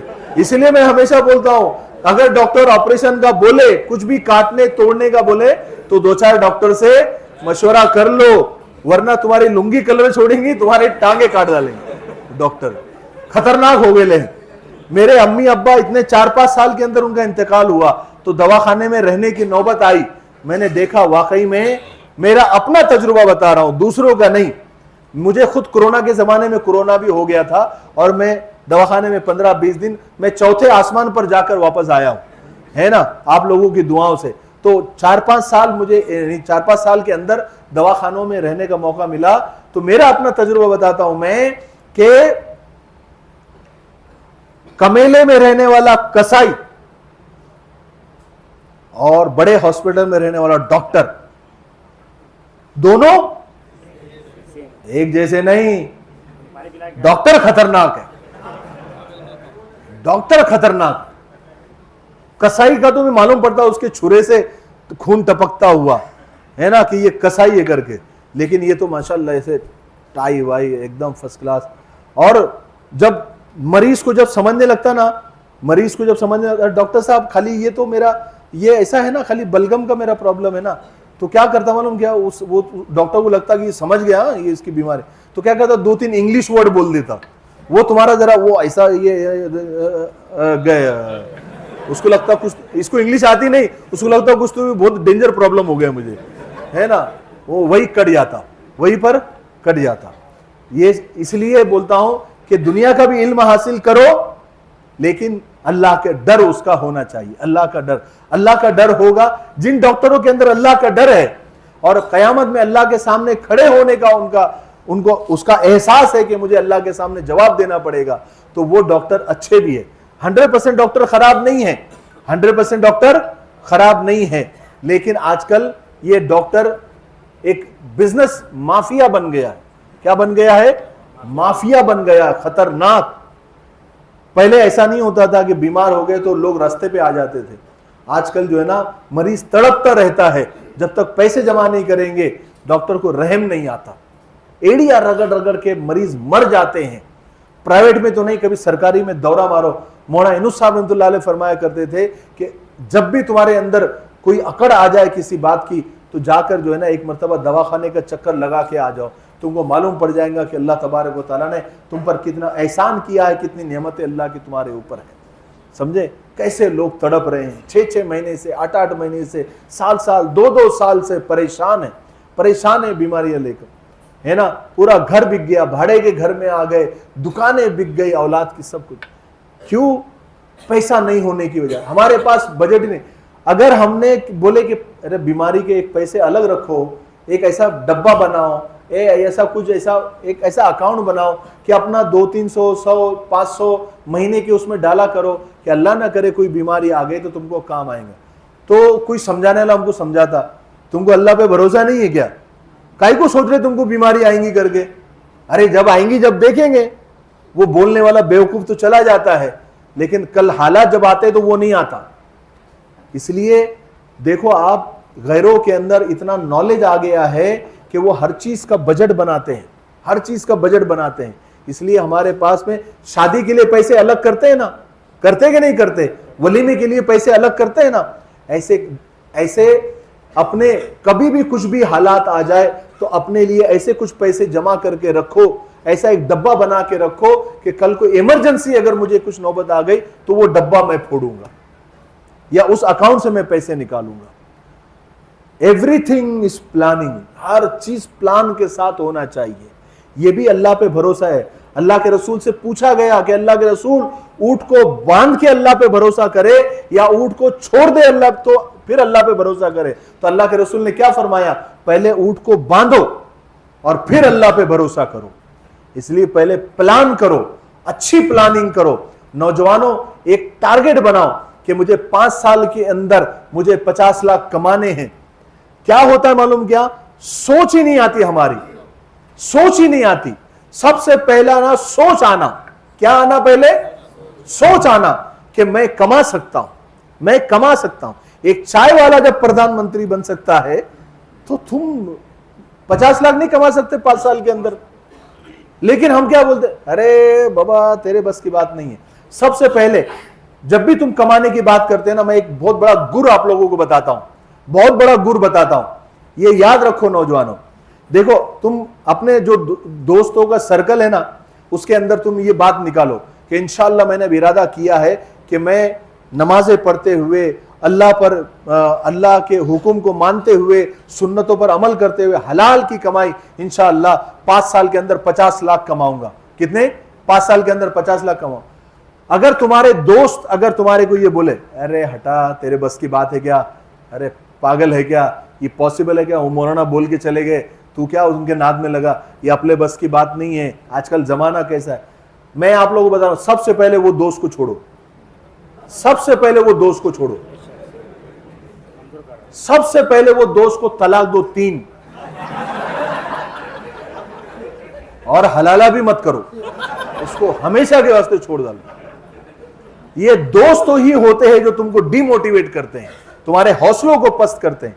ऐसे दोस्त पालो जो तुमको मोटिवेट करे। अगर तुम उनके सामने बोले मैंने यार एक प्लान बनाया, इंशाल्लाह मैं ना 1 साल के अंदर 10 लाख कमा के बताऊंगा, अरे भाई कर सकते यार, कर सकते हैं, जरूर होगा, क्यों नहीं होगा। तेरे पास वो एनर्जी है, तेरे पास वो नॉलेज है, तू कर सकता है, तू कर यार, मैं है ना तेरे पीछे। दोस्त उसको कहते हैं, उसको दोस्त कहते हैं। ये ऐसे का चरसी पुड़ा खाने वाले दोस्त बना के रखे, हाँ? वो तुम्हारे पे थूक रहा, तुम उस पे थूक रहे, ऐसे दोस्त, ये ऐसे दोस्त नहीं पालने के। अच्छे देखो, मालदारों में रहेंगे ना, देखो एक बात याद रखो, 4 मालदार दोस्त बनाओ, उनसे उधार मत मांगो। मालदार लोग क्या है, तुमको गरीबों को दोस्त नहीं बनाते, उनको लगता है कि गरीब जो है ना, ये मेरे से दोस्ती करे, इसको पैसे लगने लगता है ना, इसलिए बोलते हैं ना आजकल अखलाक भी मालदारों के पास ही है। अगर मालदार अगर अच्छे रहे तो लोग बोलते कितने बाअखलाक है, कितने बाअखलाक है। और गरीब अगर अच्छा रहे तो बोलते इसका कुछ ना कुछ मतलब है, ये आज नहीं तो कल उधार मांगेगा, ये आज नहीं तो कल उधार मांगेगा। पैसों की इज्जत है बाबा, गरीबों की कोई इज्जत नहीं है। देखो किसी सेठ को अगर कभी गुस्सा आया तो लोग क्या बोलते, साहब का बीपी हाई हो गया। गुस्सा आया तो क्या बोलते, साहब का बीपी हाई हो गया। और गरीब को गुस्सा आया तो पागल हो गए, एड़ा हो गया, है ना। यानी गरीब को गुस्सा आया तो वो एड़ा हो गया, और सेठ को गुस्सा आया तो बीपी हाई हो गया। ये इज्जत है ना। जब तक आपके जेब में पैसे हैं सब पूछेंगे आप कैसे हैं, है ना। पैसा है आपके पास, हमारे क्या है, लोगों ने अपना, अरे पैसा क्या है, हाथ का मैल है, पैसे हाथ का मैल है, निकाल के बताओ, 1 रुपया निकालो। ये ऐसी बातों में नहीं आना कभी, है ना, ऐसी बातों में नहीं आना। ये सब डिमोटिवेट करने की बातें हैं। हमारी कौम दूसरी कौमों में देखो, जाके बाकायदा जमा करके नौजवानों को मोटिवेट किया जाता है तालीम के लिए, पैसा कमाने के लिए। हम आपको मोटिवेट कर रहे हैं कि आप पैसा कमाओ। शबे कदर में बोल रहा हूं, ये दीन की बात है, मैं दुनिया की बात नहीं कर रहा हूं। ये दिमाग में मत रखो कि मौलाना है शबे कदर में दुनिया की बात करके गए, ये दीन की बात है। हलाल की कमाई कमाना, तिजारत करना, पैसे कमाना, ये दीन है, ये दीन है। तुम्हारे नांदेड़ को आने के 1000 रास्ते हैं, इधर से भी आ सकते। मेरे को अभी मौलाना बोल रहे थे, मुफ्ती साहब बोल रहे थे, तुम इधर से क्यों आए, इधर से आना था, इधर से आना था, इधर से आना था। जो इधर से आएगा वो भी नांदेड़ पहुंचेगा, जो इधर से आया वो भी नांदेड़ पहुंचेगा। नांदेड़ को आने के 50 रास्ते हैं, ऐसे ही जन्नत में जाने के 50 रास्ते हैं। क्या है, 50 रास्ते हैं। आप किसी भी रास्ते से, आप तिजारत के रास्ते भी जन्नत में जा सकते हैं, आप इबादत के रास्ते भी जन्नत में जा सकते हैं, आप दावत के रास्ते भी जन्नत में जा सकते हैं। यहां तक कि आप प्यासे कुत्ते को पानी पिलाकर भी जन्नत हासिल कर सकते हैं। आप भूखी बिल्ली को खाना दूध पिलाकर भी जन्नत में जा सकते हैं। आप किसी गरीब को राशन दे के भी जन्नत हासिल कर सकते हैं। याद रखिए, जन्नत में जाने के 1000 रास्ते हैं।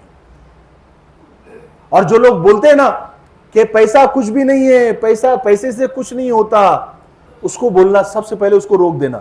बोलेंगे ला तेरे पास जितने पैसे ला मेरे को दे दे। अगर उसने दे दिया ना तो समझो वो अपनी बात में सच्चा है। अरे जो तुमको आके समझाते ना, जो आके बयान करते कि ये पैसा कुछ भी नहीं है, ये सब मोह माया है, वो ये बोलने की भी पैसे लेते, ये बोलने की, वो फुकट में नहीं आते हो। सब भाई सबको पेट लगा हुआ है। इसलिए हलाल की कमाई, तीन चीजों से लड़ना नांदेड़ वालों। एक बेदीनी से अपने अंदर की बेदीनी खत्म करो, ताकि तुम जब माल कमाओ तो उसमें बरकत हो, है ना। तुम्हारे घर की जहालत को खत्म करो और गुर्बत को।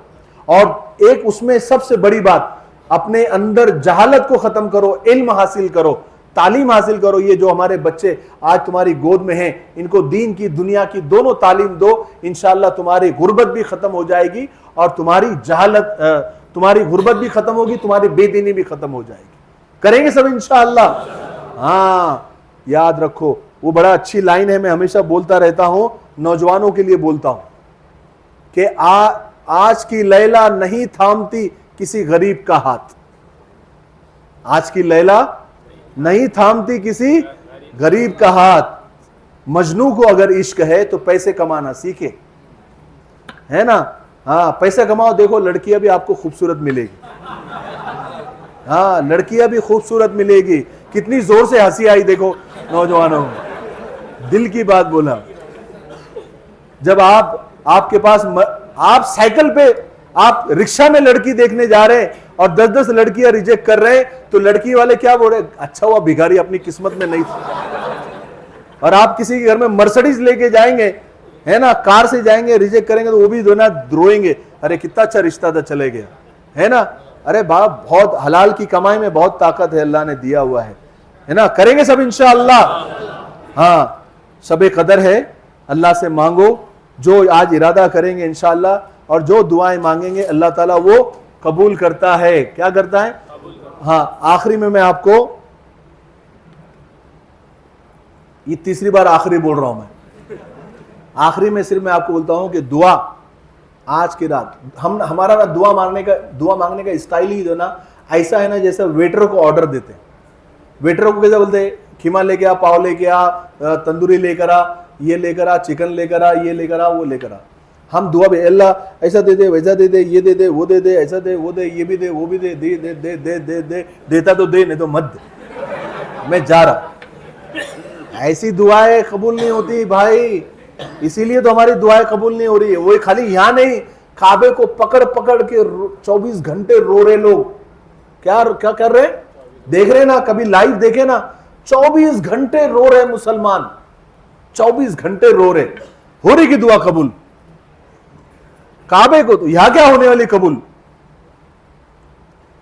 पेट में हराम, मुंह में झूठ।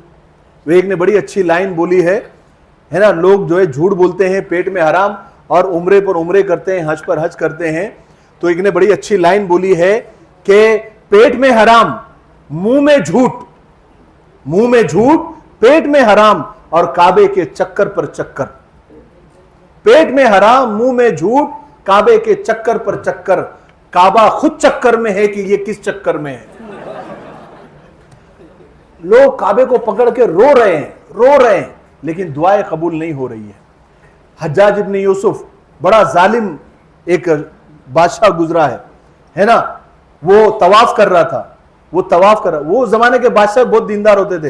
ये हज्जाज इब्न यूसुफ, कई सहाबा को उसने कत्ल किया, लेकिन कभी जिंदगी में तहज्जुद कज़ा नहीं हुई उसकी। समझ में आया? वो तवाफ कर रहा था, तवाफ करते करते एक नाबीना, एक अंधे को देखा उसने। किसको देखा? एक अंधे को देखा जो दुआएं मांग रहा था, ए अल्लाह मुझे आंखें दे दे, मेरे आंखों में रोशनी दे दे, मेरे आंखों में रोशनी। वो चक्कर मार रहा था और हज्जाज इब्न यूसुफ भी उसके पीछे पीछे था, उसकी दुआएं सुन रहा था। ए अल्लाह मुझे मेरी रोशनी दे दे, मेरे आंखों की रोशनी दे दे, मुझे अच्छा कर दे। 4 चक्कर हज्जाज इब्न यूसुफ ने बर्दाश्त करा, फिर उसको पकड़ा। बोले क्या मांग रहा है तू? बोले मैं अल्लाह से बीनाई मांग रहा हूं, आंखें मांग रहा हूं, आंखों में रोशनी मांग रहा हूं। बोले तेरे 3 चक्कर बचे हुए हैं, अगर 3 चक्कर में तेरी दुआ कबूल नहीं हुई तो मैं तेरी गर्दन उड़ा दूंगा। क्या कर दूंगा तेरी? और एक दो चार फौजी उसके साथ में लगा दी कि भागना नहीं, इसके पीछे 3 चक्कर लगाओ बोले। अब हज्जाज इब्न यूसुफ तो जालिम था, उसके बारे में मशहूर था, है ना, वो समझ गया।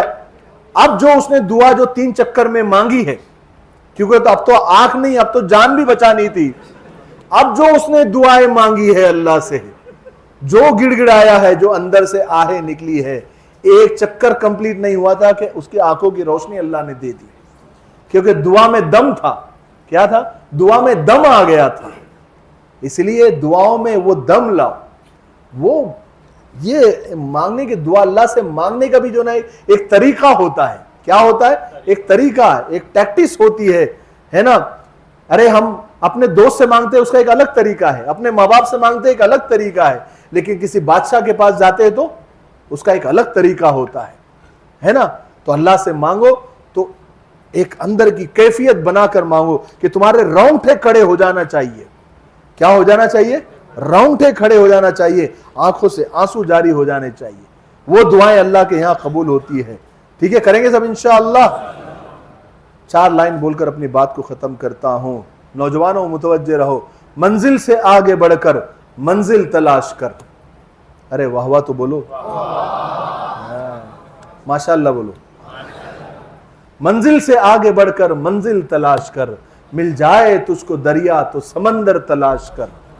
हर शीशा टूट जाता है पत्थर की चोट से, पत्थर ही टूट जाए वो शीशा तलाश कर। सजदों से तेरा क्या हुआ, सदियां गुजर गई। सजदों से तेरा क्या हुआ, सदियां गुजर गई। दिल की दुनिया जो तेरी बदल दे वो सजदा तलाश कर। वाखिर दावाना अल्हम्दुलिल्लाह।